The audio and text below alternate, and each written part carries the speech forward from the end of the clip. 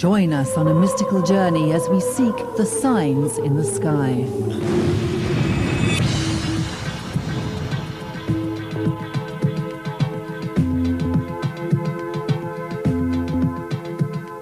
The spirits of devils working miracles go forth unto the kings of the earth and of the whole world, to gather them into battle of that great day of God Almighty. And he gathered them together into a place called in the Hebrew tongue Armageddon. Megiddo, the Greek name for Armageddon, a name which probably evokes the most fear or unease out of all the prophecies documented in the book of Revelation, no matter what one's faith or lack of it. The superimposition of modern-day minefields on soil that is biblically earmarked for the greatest war of all is a sinister reminder of the apocalyptic threat which some believe could manifest before the first decade of the 21st century comes to pass. Well, here we are, Nikki, on top of the hill of Megiddo, the place where the great last battle of the world is supposed to be fought. I hope it's not now. Well, it could be soon, you don't know. There's these prophecies in the book of Ezekiel. And he talks about how the different tribes are going to be gathered against Israel. And he says here they're led by Gog, the chief prince of Meshech and Tubal. Which countries in particular? Yeah. Well, there's Persia, well, that's obvious. Cush and Put, I believe Cush is Libya, and Put, I think, is Ethiopia. To identify the start of an age immediately raises the question as to its end, and when the age is our own, we naturally want to know how and when this is likely to manifest. To help unravel the hidden keys to this mystery, we pick up at the start of Adrian's tour, in Egypt.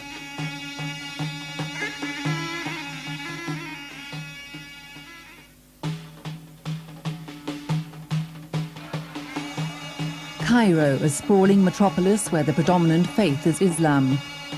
Downtown and the environs display a paradoxical mix of old and new, wealth and poverty. But the most striking and most remarkable feature of all is the country's oldest asset dominating the desert nearby, the pyramids of the Giza Plateau. Robin Cook, the illustrator for the Orion mystery, made a very interesting discovery, which was that you can draw lines of alignment from the Khafre pyramid through these satellite pyramids of Mycerinos, and that those alignments are parallel lines at exactly 30 degrees to the north-south meridian running down there. And interestingly, if you follow that alignment down, it points to the position where in 10,880 BC, when the Stargate was in its southerly position, the belt of Orion would have set. So, in a sense, that alignment points towards the beginning time, Tep Zepi, the start of the present cycle, which has now just ended.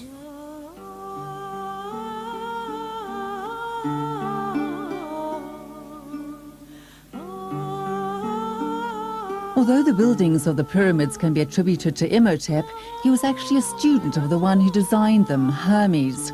While he is regarded not only as the god of writing who invented the hieroglyphics, or the language of the gods, he was also the teacher who brought the sciences of sacred geometry and architecture to humankind. For Maureen Purcell, an American structural engineer from Philadelphia, it was the catalyst that prompted her to join the Egypt leg of the expedition. I think they're very fascinating, and their knowledge and technology was far advanced, superior to what we're doing today. I don't believe people have realized what energy they can get from a pyramid structure. The pyramid structure just produces a much different feeling, and somehow we've gotten off the track of that in architecture throughout history. How much more needs to be unraveled about the mystery of the pyramids? Now, I believe that we have found some of the secrets of the pyramids. I think it would be a fool who said we understood everything about the pyramids, because we keep discovering new things. 10 years ago, who would have guessed the idea that the pyramids represented Orion's belt, and that the constellation of Orion is so important in the life of ancient Egypt? It's only with the advent of computers and modern technology that we have the keys and the tools to begin to explore these things and to make these discoveries. Many people ask me, Adrian, what is a Stargate? Is it something like that science fiction film that they had where they found that machine next to the pyramids and they were able to beam themselves away to the stars? Well, it's actually nothing to do with that, but it is very real nonetheless. In the ancient world, they had a conception that heaven has two gateways. And these gateways were positioned at very specific places in the sky. They were the points where the ecliptic, which is the pathway the sun follows through the course of the year, crosses over the Milky Way, which is a great band of stars in the sky. And these two positions where these two circles cross over is where they believed the gateways were that souls come into life and go out of life. And one was positioned in Gemini, just above the hand of Orion. And the other one was positioned in Sagittarius, above the sting of Scorpio. So we had the Scorpio gateway, and we have the Orion gateway. And these are the two stargates. Now, because of the motion of the sky through the precessional movement of the Earth, it's kind of like a spinning top that's running down movement of the Earth, the positions of the stargates move in relationship to the celestial equator, which, if you like, is the projection of the equator into the sky. And that means the stargates move up and then they move down. From the bottom position, moving up to the top position, takes about 13,000 years. So these stargates are very real astronomical markers, if you like, in the sky. And that's why, actually, in the Christian tradition, St. Peter has two keys.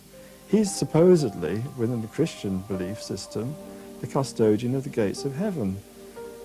Jesus is supposed to have given him the keys to heaven, actually at a place called Banyas, or very close to the location of one of the terrestrial counterparts of the Scorpio Stargate. So these things do have a connection, and there's a hidden story within the Gospels that people are not aware of. And yet some of the imagery still persists with us, with St. Peter with his gold and silver keys, one for the northern gate and the other for the southern gate. As you know, the Pope is supposedly, certainly within the eyes of Catholics, the successor of St. Peter. In other words, the promises made to St. Peter by Jesus, it's believed, have been inherited by the Pope as the living custodian of those keys, which is why on the papal tiara you see the two crossed keys as a symbol of papal authority. The dictum, as above, so below, was ingrained in Egyptian mythology, that the workings of heaven were reflected on earth.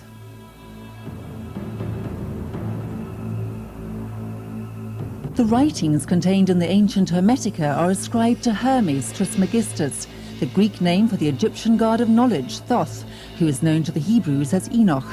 Throughout pharaonic Egypt's expansive history, Thoth was regarded as the great initiate to have brought knowledge of the divine down to earth and imparting holy wisdom. His understanding of the rational interconnectedness between heaven and earth was passed on to initiates and scribes.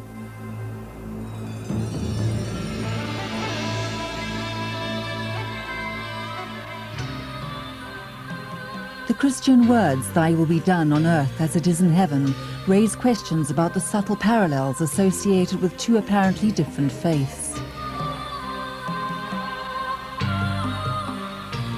I personally feel that a lot of what is now Christian and under the cover of Christian symbolism is actually Egyptian and comes from Egypt. The Ankh, the symbol of life, becomes the cross of Christianity. Now, Giordano Bruno said that in 1600, and they burnt him at the stake in Rome for saying it, and other things too. He was saying what I'm saying, but of course he couldn't say that then. He was considered a heretic, and the Pope had him burnt to death. I mean, you must have seen all the little statuettes of Isis with the child Horus sitting on her lap, or she's giving him a breast. This is the archetype, the prototype of the Virgin and Child statues that we have in Christianity. They just took the symbols, they changed the names. And you see, within the Christian tradition, we're taught that Jesus really was King of the Jews. They wrote it on his cross. The Jewish throne was a lion throne. Judah is the lion tribe of Israel. Moses took the wisdom of Egypt out of Egypt into Judea. He brought so much knowledge with him, and I should be showing you when we go to Israel a lot of what he brought and how it ties in with the knowledge here earlier, the link between the Temple of Jerusalem and the pyramids, and what the connections with the constellation of Leo, which we'll be talking about as well. They believe that their gods came from the stars. Now, whether we're talking about physical beings or spirits, they certainly believed that civilization was brought to Earth from the stars. And what's more, they believed they would go back there. The whole Osiris process was to turn the pharaoh into a star, so he could go to Orion and become a star in Orion. The idea that angels or gods or higher beings came from the stars to Earth and implanted amongst us the knowledge and teachings of Hermes runs right through Egyptian culture and religion, and it's not to be denied. But you wouldn't actually say yourself that they came from the stars, categorically? Well, what I would say is that the souls came from the stars. But whether the physical body, what you're trying to say is that the physical body, that extraterrestrials came here and interbred with monkeys or something like that. I'm not a DNA specialist. I wouldn't begin to think about saying categorically something like that. Mm-hmm. Maybe it's true, I don't know. All I can say is that they believe that their souls came from the stars. The early Egyptians believed the sky goddess Nut gave birth to the sun each morning and died in her arms every evening, a celestial demonstration of physical birth and rebirth. Thus the sun was symbolic of the continuum of life. It was life-giving. In ancient Egypt, they had the same idea, the Big Bang, the great orgasm, that God masturbated himself to create the first matter. It's a very, it's difficult for a Christian to sort of begin to approach such an idea, but they were very physical in the way they looked at things, and they were very practical in a way. They said, well, everything had to be created out of nothing, and how did God create out of nothing? Well, he must have had a big orgasm, and the matter that he ejaculated became the universe, which is not such a stupid idea, really, if you understand it figuratively and you don't take it as being literal. The sun god sailed in his boat called a bark through the skies during the day and through the underworld at night. Originally, the sun god was associated with Horus, whose eye was the sun itself. Later, the sun would be associated with Ra, or Amun-Ra, the higher, more exalted spiritual form, of which the obelisk at Heliopolis stands in his honor.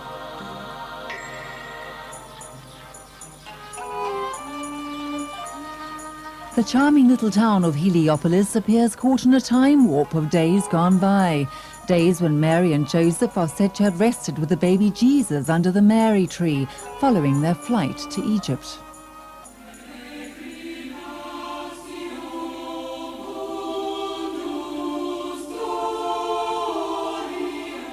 It is also the site of the Phoenix and the obelisk of Sesostris I, a somewhat paradoxical religious juncture embracing both Christian and Muslim faiths. Adrian believes that the obelisks function as shadow clocks or chronometers, recording the progress of the years and counting down to the end of the current age. Flamboyant Egyptologist Sohaila Hussein elaborates on the significance of the obelisk, which also honors the sun god Ra. Always there is a top of, like the Bambin top, the pyramid top, and there is a belief, which I believe, that they cover them with gold for the reflection or electrum. To me, it has a whole different meaning, a whole different understanding and interpretation. People ask, why do they put up obelisks? Well, I'll tell you why. This place where we're at, Heliopolis, the chief priest here of Anu was called the Chief of the Watchers. And his role, he was an astronomer, his role was to keep time and to watch the risings and settings of stars and the sun and the moon and to keep the calendar. And basically this pillar or obelisk would be used for that purpose. But there's more to it than that. If you imagine a pillar of the correct height standing here, and you can see that there must have been an obelisk here because you can see the outline trace of where one once stood. on a certain day of the year, the shadow would be the right length to reach the walls of this little temple enclosure. So that would mark out the timing for you. Can you see that?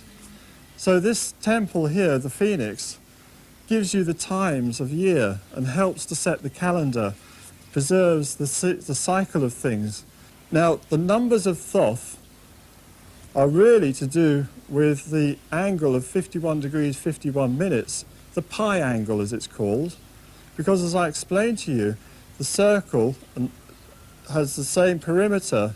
The circle drawn by the height laid on the ground has the same perimeter as the square with the relationship of 7 to 5.5. And if you had a measure with us, we could measure out this temple here, and we could find out the perimeter of it, and we could work out exactly the height of obelisk that we would need to cast a shadow that would give us that relationship that we wanted. But what he's basically done is he's taken the special dimensions from this temple and the height of the pillar that was in it and the triangles that would be generated by using the shadow lengths and linking to the top. And he's made an expanded version 40 times in each direction as large. So his pyramid would be 64,000 times in volume the imaginary pyramid that you could draw here. This is, to me, the most important place in the Cairo area because it's the origin of the whole system. And it's the place where the high priest lived, you know, to do this work.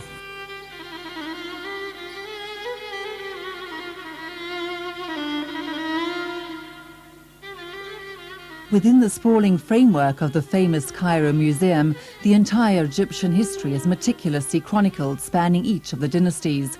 The archaeological treasure trove of original artifacts provides a fascinating and educational insight into one of the most sophisticated and mysterious civilizations of all time. And Upper and Lower Egypt were brought together into one kingdom, the single capital of Memphis. And thereafter, one of the roles of the pharaoh was to maintain the unity of Egypt. And the other role of the pharaoh was that of maintaining law and order. So he is guided by the hawk of Horus, who is actually like an entity working through him. He is the medium for Horus, and the Horus hawk guides him in his role as king, governing Egypt. Ben stones, otherwise known as pyramidions, crowned many of the pyramids. Adrian believes that the mysterious stones also represent the seed or semen of Atum Re, the sun god or cosmic creator, which symbolizes the Egyptian link to Orion. It's believed that the original Ben stone of Heliopolis was actually a meteorite, and that they put this meteorite on top of a pillar of Atum. Later on, they made sort of fake ones out of black stone like this, which is the same as the sort of capstone on top of an obelisk, you know, the sharp point. And of course the pyramid shape later was adopted for the pyramids.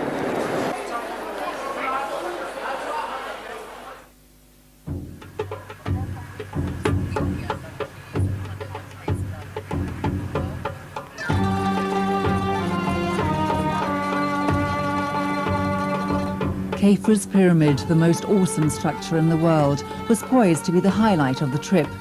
For it is on its crest that the summer solstice sun is expected to sit tomorrow, June 21st. It bears testimony to the ancient Egyptians' strong link to the celestial world above. Its precise astronomical coordinates in relation to the Orion constellation will signify the symbolic opening of the Stargate. The significance of that angle, I believe, is that in 3100 BC roughly, when the Temple of the Phoenix was built, that angle would have corresponded with the Regulus conjunction, the lion heart. And the symbol of the circle and the square is the symbol of spirit in matter. The circle represents spirit, eternity, and the square represents physicality. And so this pyramid, in a sense, represents incarnation, the incarnation of Horus. But it has other significance as well. The three pyramids together represent the belt of Orion. And this one represents Al-Nitak, the lowest of the stars of the belt of Orion, Delta Orionis.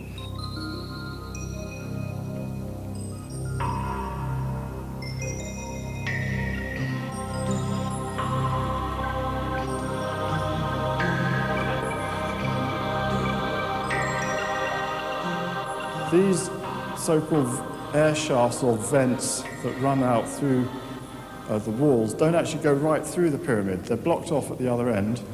And this end was blocked up as well until about 1882, when an English engineer called Wayman Dixon worked out from the equivalent shafts upstairs in the King's Chamber that these should be here, and they found them. And in fact, this shaft here, the first one we look at, is in the northern wall of this Queen's Chamber, and it's actually aligned to the position the little star Kochab in the Small Bear constellation lines up as it turns around the North Star. And that constellation is shaped like a little tool called a mesh-tool, which they use for opening the mouth of the mummy pharaoh. And they take the mesh-tool at the moment when the Little Bear constellation lines up with the shaft, and they cut open the bandages, and symbolically the pharaoh takes his breath and he's reborn.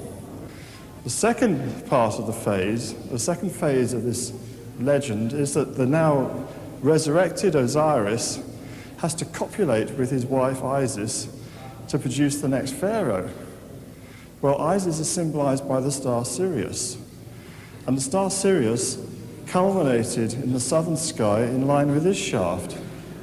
So on the appropriate day at dawn, when Sirius lines up with his shaft, they take the mummified pharaoh up to there, and symbolically he copulates with the star Sirius.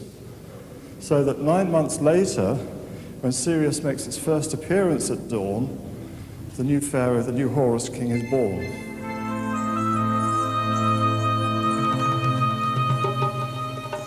How much opposition have you been subjected to?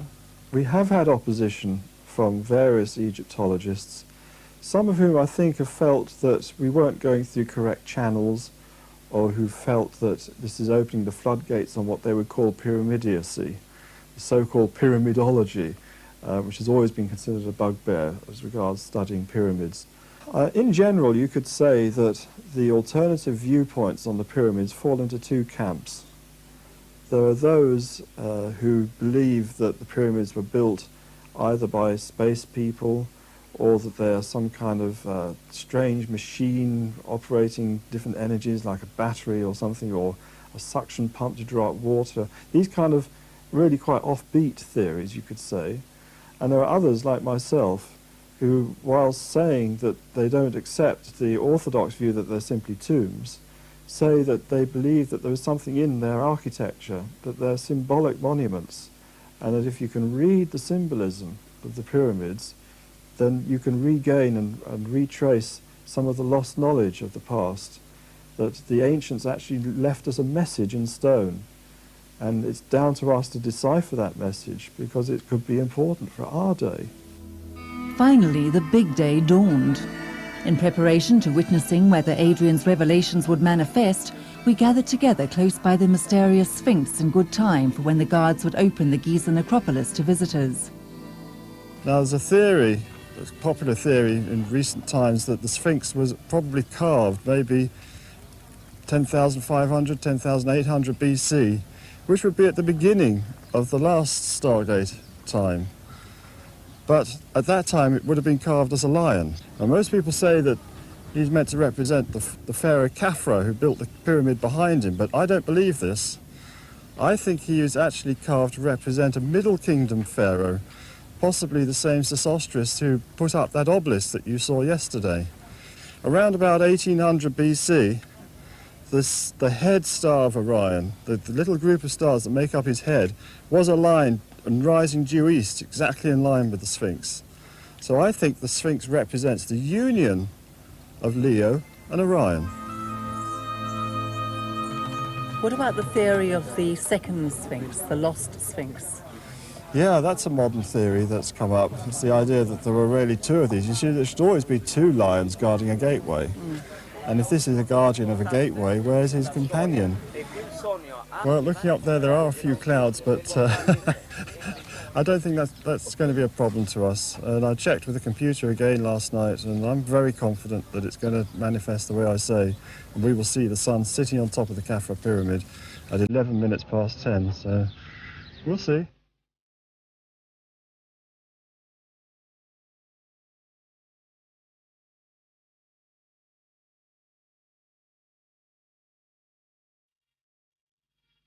Walking up the causeway, we made our way to the foot of Khafra's masterpiece, just as the ancient Egyptian priests would have done at the time it was built around 2400 BC. An acute sense of expectation permeated everyone as we assembled close to the structure's western face at 9:30 a.m. Although still in shadows, we were already able to see the sun hovering just above its apex. We've seen the figure of Sahu, Orion, with his hand to the Stargate. But you can't open a gate if you don't have a key. So I'm going to give you each a key, and at the appropriate time, you can point it at the Stargate. Because I'm the Rais, the head man, of course, I have a bigger key. Not fair. The baby. This one gave birth to all of these. This is it. This is the key of Atum. How much? Lucky charms, crystals, pictures of Mary, whatever. Put them all in the centre. Ladies and gentlemen, we've gathered here together behind the Khafre pyramid, maybe for the first time in 4,500 years, that people have consciously done this at the summer solstice to observe this cosmic event of the sun crossing over the very tip of the pyramid and pouring down its rays of light, the Ankh of life, to humanity. And I want you to know that we're representing the whole of mankind here, standing here at this great moment, the opening of a Stargate, which I believe represents the beginning of the new age, the beginning of a new phase in our civilization, as the sun sits over the hand of Orion and symbolically the Stargate is opened. And in a couple of minutes we're going to stand there at the foot of the pyramid in silence, and we'll point our ankhs, our symbolic keys, the key of life, at that pyramid, and at the tip of the pyramid at the sun. And I think you will find that you will feel something special. I already feel it standing here. I don't know if you feel it. I'm getting tingles all the way up and down my spine, through my feet, My hands. at this moment. It works, it's true. We've proved it. Yeah, we get a little closer and in the centre. We have a few minutes left. It should be about 10:10, the actual opening of the Stargate. The sun will be a little higher. It will be in the centre. That lasts a couple of minutes. So the exact centre of the event. Yeah, can I bring you all together? But this is the event. Once the shadows finally receded and the sun sat atop the pyramid, it would symbolize, as the ancients believed, the victory of light over dark. Wait, it's going. Yeah. It's moving. Yeah, so we're right there, are we? That's right on the edge. We should take a picture of the shadow. Can you imagine what this feels like to me? To have discovered this and prove it. Okay, I'm going to climb up here and I'm going to open that Stargate.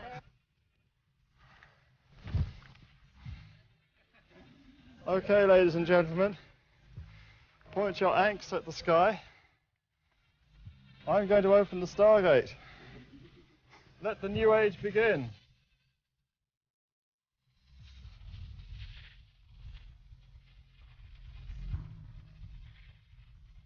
So how do you feel? It worked, Adrian. How can I describe it, you know? You fiddle with a computer and you're never quite sure. I mean, there might be a bug in that program and you might have made some mistake and it's a sort of couple of degrees out and I'm going to look a fool. But we've done it. We've proved it. You proved it. You know, this is... I can't describe it to you. It's like... this is real Egyptology. It's like discovering the tomb of Tutankhamun. We now know why Khafre built his pyramid with this slope. It's a summer solstice pyramid and we've proved it. Look at it. I mean, it's just us here, right? This is the major summer solstice monument of Egypt, but nobody knows it. So it's just a small bunch of us foreigners here gathered to witness this event. But do you think the mindset will change with the Egyptologists? I hope so. I mean, they can deny connections with Atlantis. They can deny the Orion correlation theory with the three pyramids and Orion's belt. But you can't deny this. It happens. We've seen it. It happens. The sun sits on that pyramid at the solstice as it crosses the east-west axis. حكاية الشمس وهي واقفة فوق الهرم كده يوم 21/6 أنا اللي كنت Dwarfing mere humans, the giant pyramids, these silent sentinels of had whispered another secret into the ear of one man, a man who was prepared to listen and seek the answers to a lifetime quest, the next phase of which takes us to the Holy Land.